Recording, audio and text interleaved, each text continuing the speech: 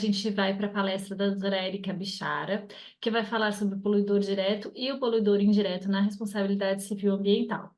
A doutora Érica é sócia do Zazi Bichara, Estorzo e Reicher Figueiredo Lopes, advogados, professora de Direito Ambiental da PUC São Paulo, coordenadora assistente do curso de especialização em Direito Ambiental e Gestão Estratégica da Sustentabilidade da PUC Cojai São Paulo, mestre e doutora em Direito das Relações Sociais pela PUC São Paulo. Doutora Érica, bom dia. Muito obrigada pela participação. A senhora está com a palavra. Bom dia, Milena. Muito obrigada. Estou muito feliz de estar novamente aqui no evento do Migalhas, né, com tantos ilustres palestrantes, né? Enfim, é uma alegria ouvir todo mundo. E eu preciso agradecer, usar um minutinho da minha fala para agradecer meu querido amigo Marcelo, que me chamou para esse evento. Vou dizer que o Marcelo e eu investimos muitas tardes e noites para discutir direito ambiental, né, Marcelo? Quanto que a gente gostava de falar sobre direito ambiental, e o Marcelo é uma sumidade, né? Porque a gente discutia um tema à noite, eu ia dormir, né? Sonhando com aquele assunto, ele já aparecia com um artigo de 30 páginas escrito sobre aquele tema, que ele escreveu na madrugada. Então, realmente, olha, é inspirador você, viu, Marcelo? E, enfim, Quando a entrando aqui gente já no meu tema. quando a gente não terminava a madrugada, 7 horas da manhã, né?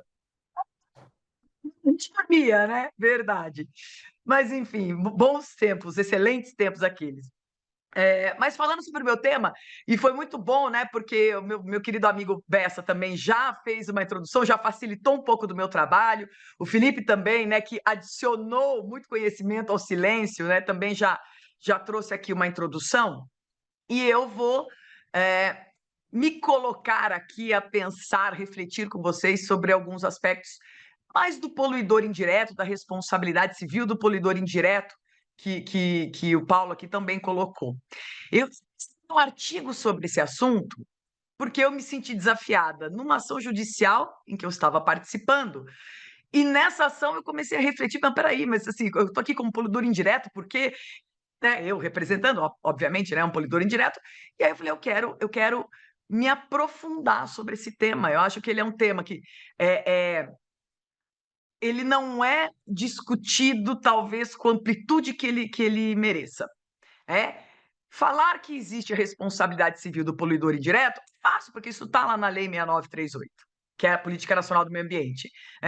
Mas qual é a medida da responsabilidade do poluidor indireto? Ele não vai responder tudo, em todas as situações em que ele tem algum vínculo, alguma participação com determinado empreendimento. Então, assim, qual é o limite? Qual é a abrangência? Qual é o limite?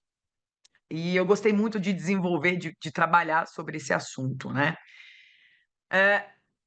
Obviamente, a gente deve aqui só começar lembrando, né? O dano ambiental, como o Felipe colocou, é um dano grave, é longevo, né?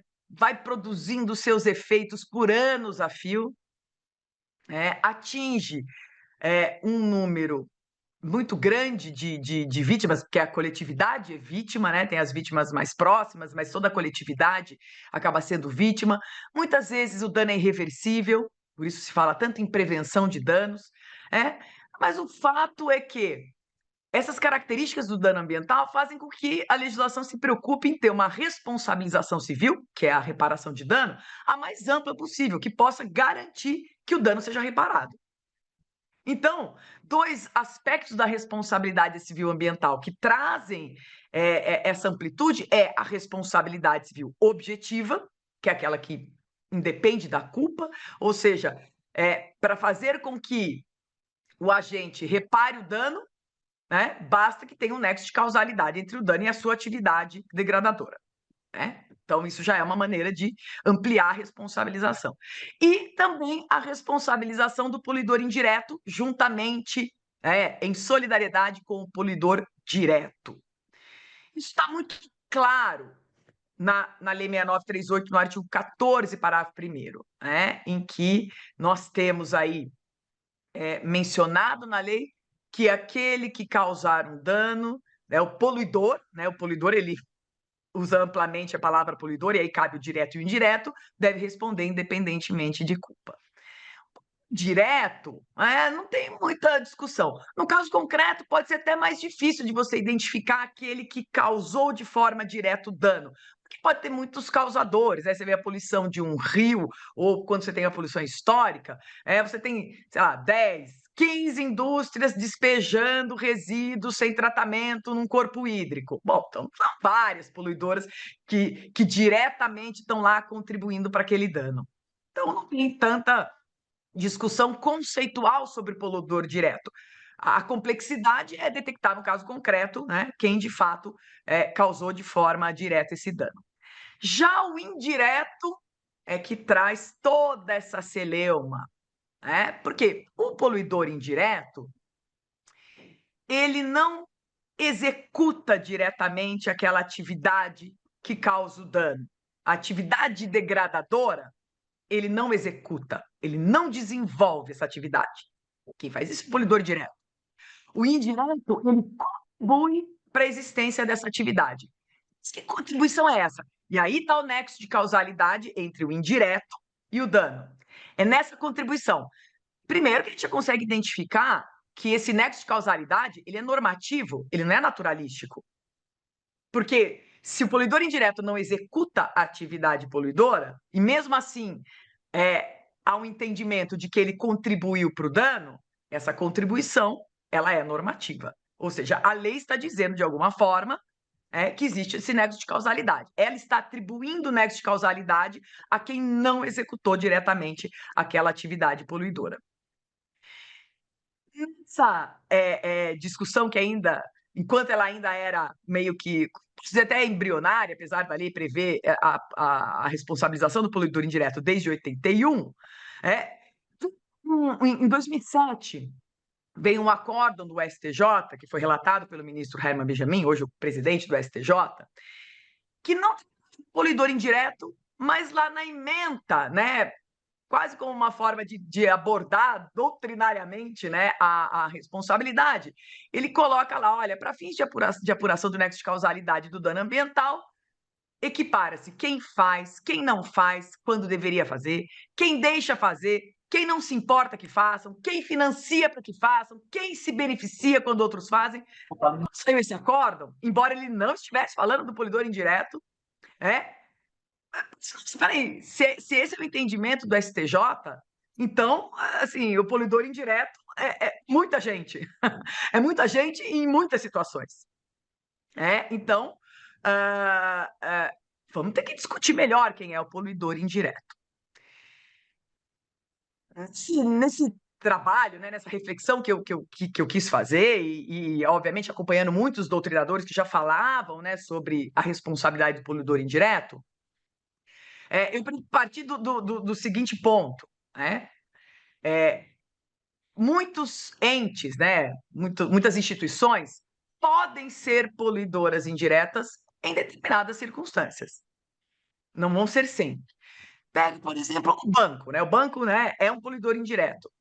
Não toda vez que ele financiar um empreendimento que causa um dano ambiental. Em algumas situações, o banco será poluidor indireto. Em outras, não. Mesmo que, em todos os casos, ele tenha concedido um financiamento. Então, o limite entre a responsabilidade dele, quando ele financiou um empreendimento. Em que momento ele é o banco, né, que é um poluidor indireto em tese, né? Em que momento que ele vai ser responsabilizado civilmente com um dano ambiental, por um dano ambiental? Em que momento diz, olha, eu financei esse empreendimento, mas eu não vou responder pelos danos que ele causou. Mesma coisa com o Estado. Outro poluidor indireto por excelência, Estado. O Estado ele pode ser poluidor direto quando ele diretamente executa uma atividade poluidora. Por exemplo, está lá ampliando uma rodovia e causa danos ambientais no processo de ampliação, na construção. Direto.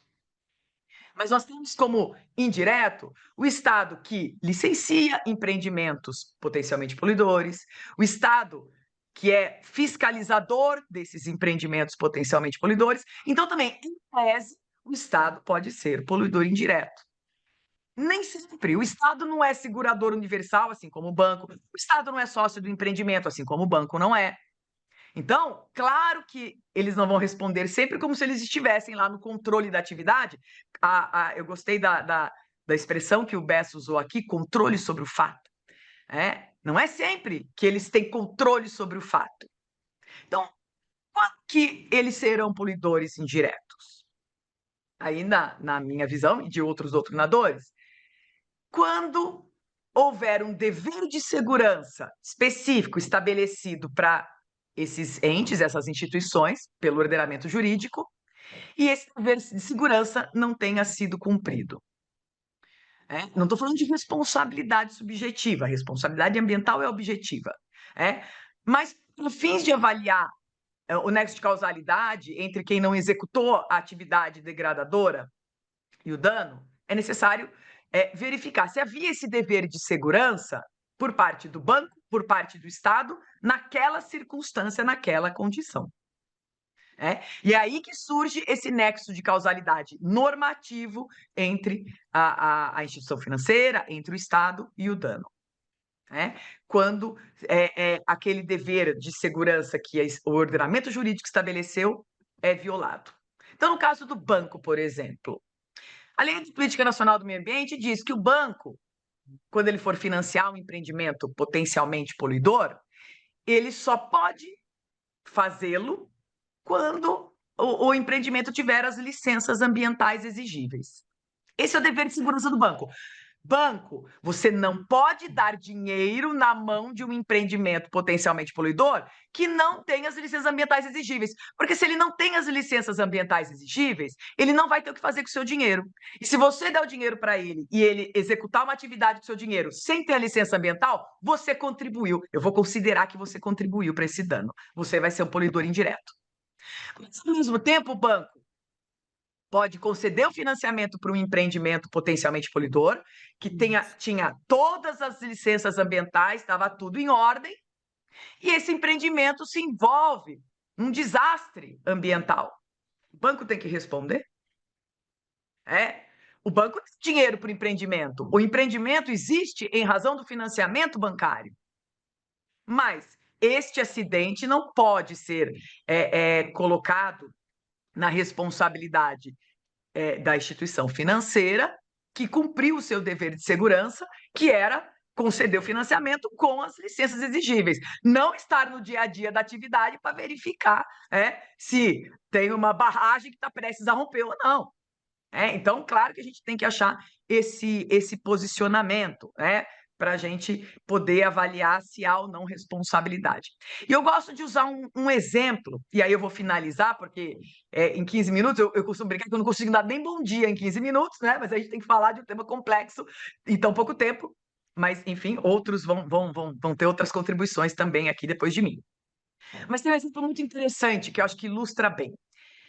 A lei de agrotóxicos, tanto a antiga como a nova, que foi aprovada em 2023, diz que o comerciante ele só pode vender agrotóxico para um interessado mediante um receituário agronômico. Esse é um de segurança.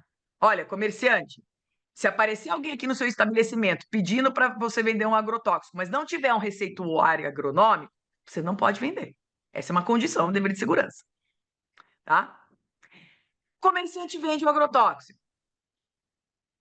Se o agrotóxico foi vendido com receituário agronômico, ele estava totalmente de acordo com o receituário agronômico, e a pessoa que levou o agrotóxico lá para a plantação aplicou de forma totalmente em desacordo com o receituário, não cumpriu o intervalo de segurança, aplicou uma dose muito maior do que foi determinado, enfim, e causou um dano ambiental. Esse comerciante, ele não vai responder solidariamente com o proprietário ou até mesmo o prestador de serviços, porque ele vendeu o agrotóxico. Ele cumpriu o seu dever de segurança, então ele esgotou a sua responsabilidade, ou ele afastou a possibilidade de enquadramento no conceito de poluidor indireto.